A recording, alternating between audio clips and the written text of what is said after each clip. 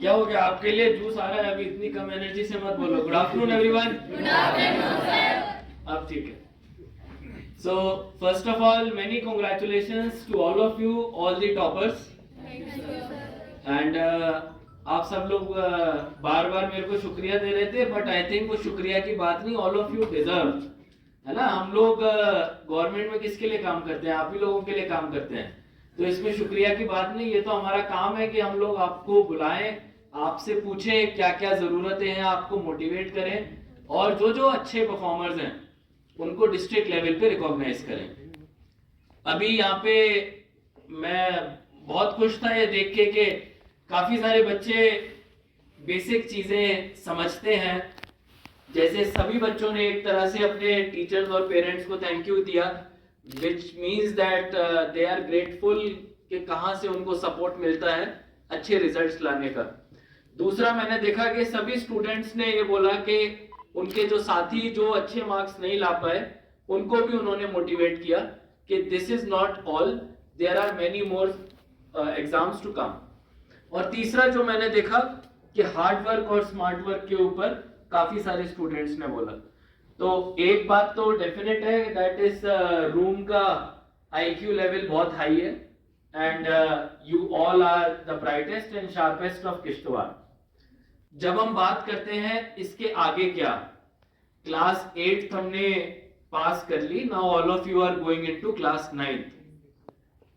मेरे को ध्यान है जब मैं क्लास 9th में जा रहा था तो उस टाइम पे मेरा फेवरेट सब्जेक्ट फिजिक्स हुआ करता था, और तब मेरी एक बंगाली टीचर थी, उन्होंने मेरे को जब क्लास पहले हमारी शुरू हुई तो उन्होंने बताया कि जब भी आप अगले लाइफ के 50 साल 60 साल 70 साल 80 साल जितने भी आप जिएंगे, आपको ये टेबल काम आएगी। और वो टेबल थी हमारे जो नंबर सिस्टम्स होते हैं, जिसमें हमारे Yotta zetta exa peta tera giga mega kilo hecto deca deci centi milli micro nano pico femto atto zepto yocto. तो जो ये वाला नंबर सीरीज था, तो शी टोल्ड अस कि इसको आप अपने लाइफ के सेंटर पे रखना, बिकॉज आपके डेसिमल सिस्टम में जब भी आपको पता चलेगा 10 टू द पावर -3 क्या है, 10 टू द पावर -1 क्या है, 10 टू द पावर 9 क्या है, 10 टू द पावर 12 क्या है, ये जो हमारे नंबर सिस्टम के जो फिजिक्स के यूटिलिटी हैं, ये आपके साथ लाइफ लॉन्ग रहेंगे। तो वो चीजें बचपन की कई सारी होती हैं कि अच्छे टीचर्स की बताई हुई चीजें कुछ आपके साथ लाइफ लॉन्ग स्टिक करती हैं। और इसीलिए ये जो अभी आप स्टेपिंग स्टोन पे जा रहे हैं, और एक चीज बड़ा बच्चों को फ्रस्ट्रेट करती है कि हर चीज को ही लोग स्टेपिंग स्टोन बोल देते हैं।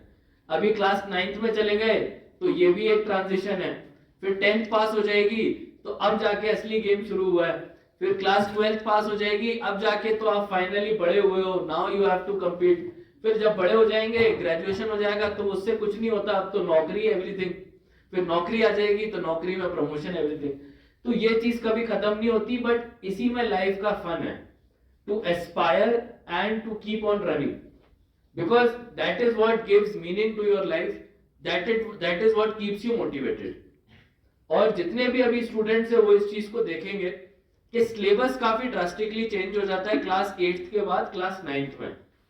काफी सारे सब्जेक्ट्स जिनको आपने पढ़ा होगा, class 6, 7, 8 is one single block जिसके टॉपिक्स अलग अलग होते हैं। उसके बाद वो टॉपिक्स जो हैं हमारे क्लास 9th 10th में फिर से रिपीट होते हैं, but with far more detail, and the same topics get repeated in class 11th and 12th with even more detail।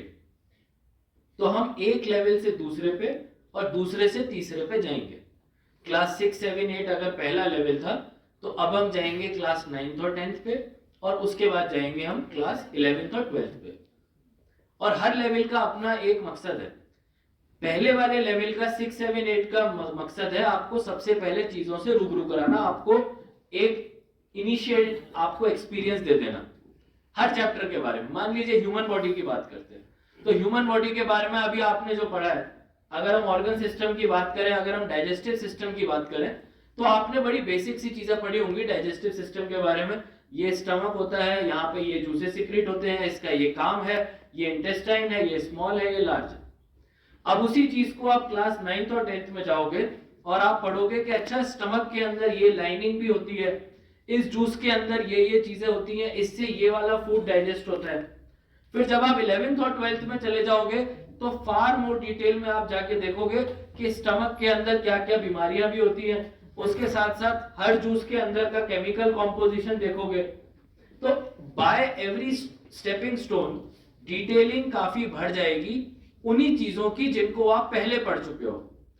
तो स्टूडेंट्स क्या होते हैं कि हम क्लास 7th 8th में कुछ पढ़े, अब उसके बाद सडनली क्लीन स्लेट, फिर से जाके उन्हीं चीजों को 9th और 10th में पढ़ रहे हैं। लेकिन हमको ध्यान रखना है कि सब कुछ हम पहले पढ़ चुके हैं, बट काफी कम डिटेल के साथ। अब हमने और डिटेल में जाना है और 11th और 12th में मच मोर डिटेल में फाइनली जाना है। ये बात ठीक है कि 6th 7th 8th का जो 8th का अभी जो आप लोग सारे टॉपर्स आए हैं, ये बोर्ड एग्जाम है, इसका इतना ज्यादा आपका एक तरह से फाइनल बोर्ड एग्जाम नहीं है। 10th और 12th के बोर्ड एग्जाम ज्यादा मायने रखते हैं। वो एक पुराना सिस्टम भी चला आ रहा है, मैं आपको बताऊं। पुराने टाइम पे लोग मैट्रिक बोला करते थे, है ना, और जो क्लास 10th पास कर जाता था वो बहुत बड़ा बात होता था, क्योंकि लोग उतने पढ़े लिखे नहीं होते थे। तो पूरे गांव में, पूरे शहर में एक क्लास 10th एक क्लास 12th पास आपको लोग मिल जाए, वही बड़े लोग माने जाते थे। तो ये क्लास 10th और 12th के जो मार्क्स हैं आपके साथ लाइफ लॉन्ग रहते हैं, क्योंकि कई सारे एग्जाम्स में, कई सारे इंटरव्यूज में, एग्जाम्स तो उतना फर्क नहीं पड़ेगा, क्योंकि जैसे बच्चे जानते हैं, I am very happy that they are aware कि एग्जाम्स में अब कोई इन मार्क्स को नहीं पूछने वाला। अगर आप मेडिकल के लिए जा रहे हो, अगर आप इंजीनियरिंग के लिए जा रहे हो, अगर आप कॉमर्स के लिए जा रहे हो, तो आपसे कोई पूछेगा नहीं कि आपके क्लास 12th के क्या मार्क्स थे, एक्सेप्ट अगर आप दिल्ली यूनिवर्सिटी में जाते, बट वो भी अब चेंज हो गया है और एक एलिजिबिलिटी एंट्रेंस टेस्ट आने लग गया है। क्यों आने लग गया है? क्योंकि over a period of time हमारे जो बोर्ड एग्जाम के मार्क्स थे बहुत ज्यादा हाई होने लगे थे। 90 के ऊपर जाना हमारे टाइम पे वाज समथिंग, बहुत बड़ी बात होती थी। अब 90 के ऊपर जाना उतनी बड़ी बात नहीं रही। अब लोग बोलते हैं 95 के ऊपर क्यों नहीं आए। तो वो जो एक लेवल है इतना ज्यादा एक्सट्रीम हो गया है कि अब उसको सबको बराबर पे लाने के लिए कॉम्पिटिटिव एग्जाम ऑलमोस्ट हर एक फील्ड में होने लगा। आर्ट्स की फील्ड में दिल्ली यूनिवर्सिटी का मैंने आपको एग्जांपल दिया, बाकी यूनिवर्सिटी है, एएमयू है, बीएचयू है, जम्मू यूनिवर्सिटी है, कश्मीर यूनिवर्सिटी है, स्कॉस्ट है, इनके खुद के एग्जाम्स अब हो रहे हैं। उसके साथ साथ अगर हम बात करें मेडिकल और इंजीनियरिंग, इनके तो एग्जाम होते ही थे। नीट का एग्जाम होता है, जेई का एग्जाम होता है। तो इन एग्जाम्स में आपसे कोई बोर्ड एग्जाम के मार्क्स नहीं पूछेगा, बट जब भी आप किसी इंटरव्यू स्टेज में जाओगे और ऐसी बहुत सारी चीजें आएंगी, जैसे मैं आपको बताऊं केवीपीवाई, किसी को पता है केवीपीवाई क्या होता है? किसी स्टूडेंट को पता है? आईआईएससी के बारे में पता है? इंडियन इंस्टीट्यूट ऑफ साइंस है। अगर आज की तारीख में हम दुनिया के 500 टॉप इंस्टीट्यूट्स को लें और उसमें पूछें कि इंडिया का सबसे ऊपर वाला इंस्टीट्यूट कौन सा है, तो कोई आईआईटी या आईआईएम नहीं, आईआईएससी आता है, Indian institute of science Bangalore. और ये जो इंस्टीट्यूट है, यहां पे एक स्कॉलरशिप चलती है, किशोर वैज्ञानिक प्रोत्साहन योजना, केवीपीवाई। बहुत ज्यादा जो ब्राइट स्टूडेंट्स होते हैं उनको इंटरव्यू के लिए बुलाया जाता है बेस्ड ऑन द डिसर्टेशन, यानी कि आप किसी चीज पे एक रिसर्च करेंगे, एक पेपर पब्लिश करेंगे और आपको बुलाया जाएगा। उन केसेस में, इस तरह के स्कॉलरशिप के केसेस में आपके इन मार्क्स को पूछा जाता है और उसमें देखा जाता है कि बच्चे ने क्लास 10th और 12th में कितनी मेहनत की। गोज विदाउट सेइंग, जैसे यूपीएससी में भी हम लोग जाएंगे तो हमारे सारे डॉक्यूमेंट्स को वो लोग देखते हैं, तब उसमें वो क्लास 10th और 12th के बोर्ड एग्जाम के मार्क्स को भी पूछते हैं। तो because of that in exams के साथ एक प्रेस्टीज भी आपकी जुड़ जाती है, क्योंकि आप इसी मार्कशीट को अपने साथ जिंदगी भर कैरी करने वाले हैं। तो आप नहीं चाहेंगे कि ये मार्कशीट के मार्क्स आपके कम हो। यू वुड वांट कि ये तो मेरे सबसे बेस्ट परफॉर्मेंस दिखाए। So that is the relevance of board exam marks. रही बात अभी आप लोग जब क्लास 9th में जा रहे हैं, तो I am very happy to see कि एक बहुत ही हेल्दी कंपटीशन हमको देखने को यहाँ पे बच्चों के बीच में मिल रहा है, और होना भी चाहिए। सिर्फ ये बोलने से नहीं होगा कि marks do not matter. Of course marks matter, इसीलिए सब लोग एग्जाम्स देते हैं। ये जरूर बात है दैट जिन लोगों के मार्क्स अच्छे नहीं आ पाते, they should not gate discouraged, क्योंकि लाइफ में अभी आप जिस स्टेज पे हैं, मुझे लगता है सब लोग 14 साल के आसपास होंगे, आप अभी जिस स्टेज पे हैं, you will get far more opportunities. अगले 4 साल, 5 साल, 6 साल में you will have many opportunities to prove yourself again and again and again and again. तो अगर आप लोग गिरते भी हैं तो एक बार फिर से खड़े होने का मौका आपको मिलेगा। अब उसमें आप अपने को किस तरह से वापस पाते हैं, या फिर अगर आप टॉपर हैं तो टॉपर को कंटिन्यू रख पाते हैं। मैं अपना खुद का एग्जांपल दूंगा। जब मैं क्लास 8th में था तो I secured pretty good marks, but I was not the rank 1 और rank 2, I was probably rank 7, rank 8। फिर उसके बाद जब हम लोग क्लास 12th में चले गए तो at that time I started coming into rank 1 and 2, while मेरे साथ जो 2-3 लड़कियां थी, जो मेरी स्टूडेंट, मेरी जो कलीग्स थी स्कूल के अंदर, वो क्लास 8 की टॉपर थी। वो क्लास 12th तक जाते जाते पता नहीं उनको क्या हुआ, वो रैंक 10 के बाहर भी चले गए और पीछे हो गए। तो कई बार लाइफ में ऐसा होता है कि अभी आप टॉप पे हो, बट आप उस टॉप को मेंटेन नहीं कर पाते हो, और उसके बाद आप डाउनफॉल में चले जाते हो। तो इसीलिए कोई भी स्टूडेंट अगर ये सोचे कि भाई ये रैंक तो मेरे को क्लास 9th में भी आ ही जाएगा, never take anything for granted. Every exam will be a fresh assessment of all of you. आपका फिर से हर एग्जाम में पूछा जाए, आप कितने भी अच्छे हो जाएं, आप आज 99%, 100% लेके आए, जब आप क्लास 10th में फिर से बैठेंगे तब it will be a clean slate. You have to appear again, you have to give your exam, जो मार्क्स आएंगे it will again give you your rank. तो ये कंटिन्यूअस प्रोसेस ऑफ लाइफ है, हमेशा हर लेवल पे आपने अपने आप को इंप्रूव करते रहना है।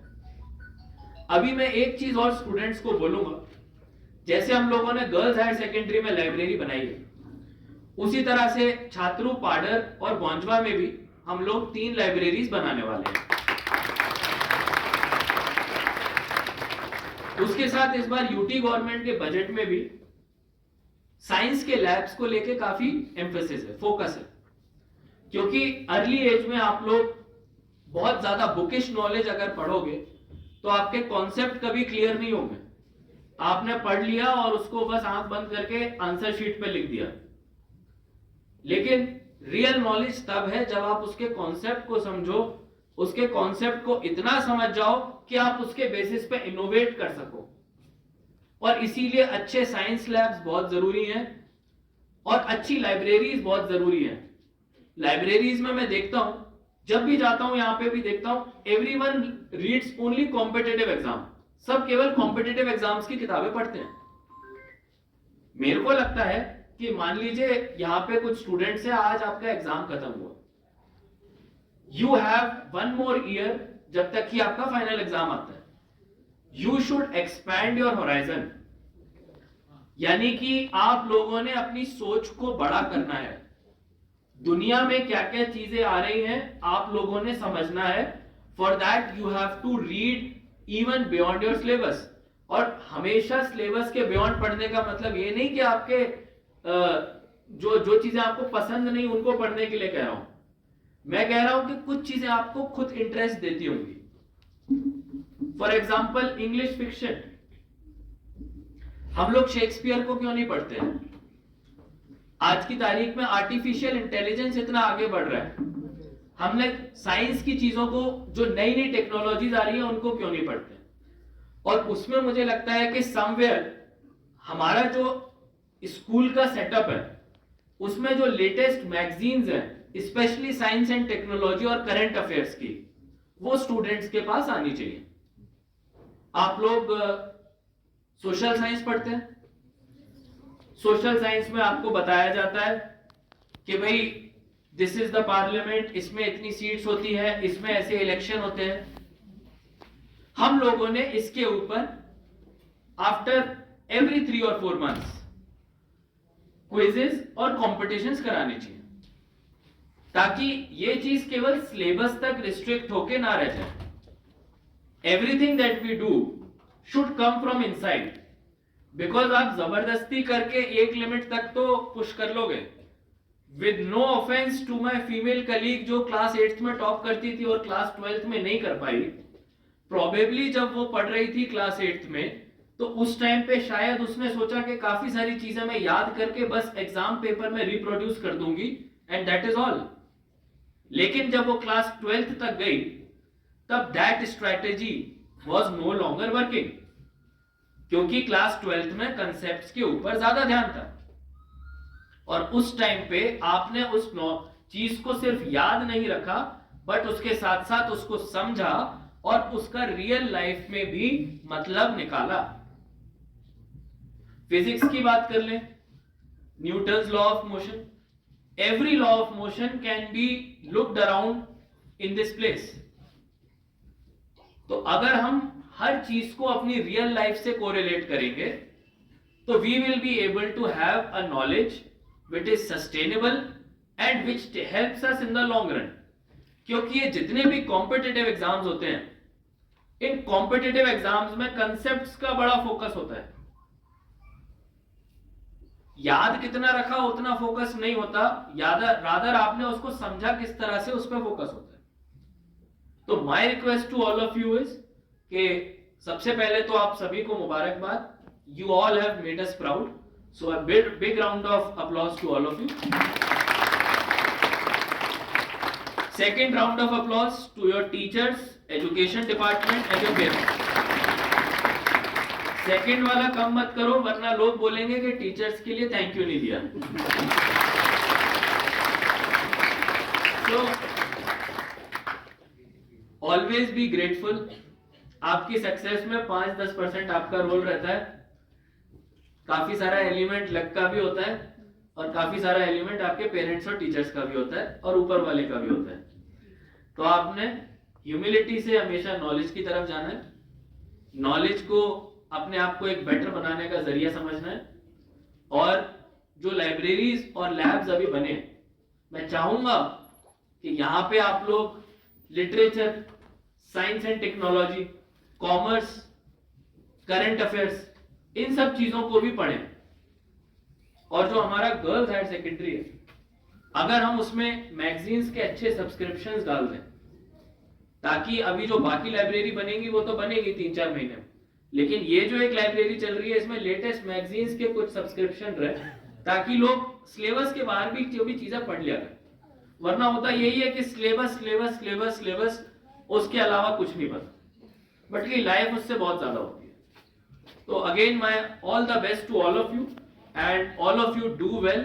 एंड आप सबने हमको आज बहुत ही मतलब जिसको बोलते हैं खुशी हुई है सारे टीचर्स को यहाँ पे। We all are happy to have you and ऐसे ही आगे अच्छे काम करते रहिए, अच्छे पढ़ते रहिए, अपने पेरेंट्स और टीचर्स को प्राउड करते रहिए। Thank you so much.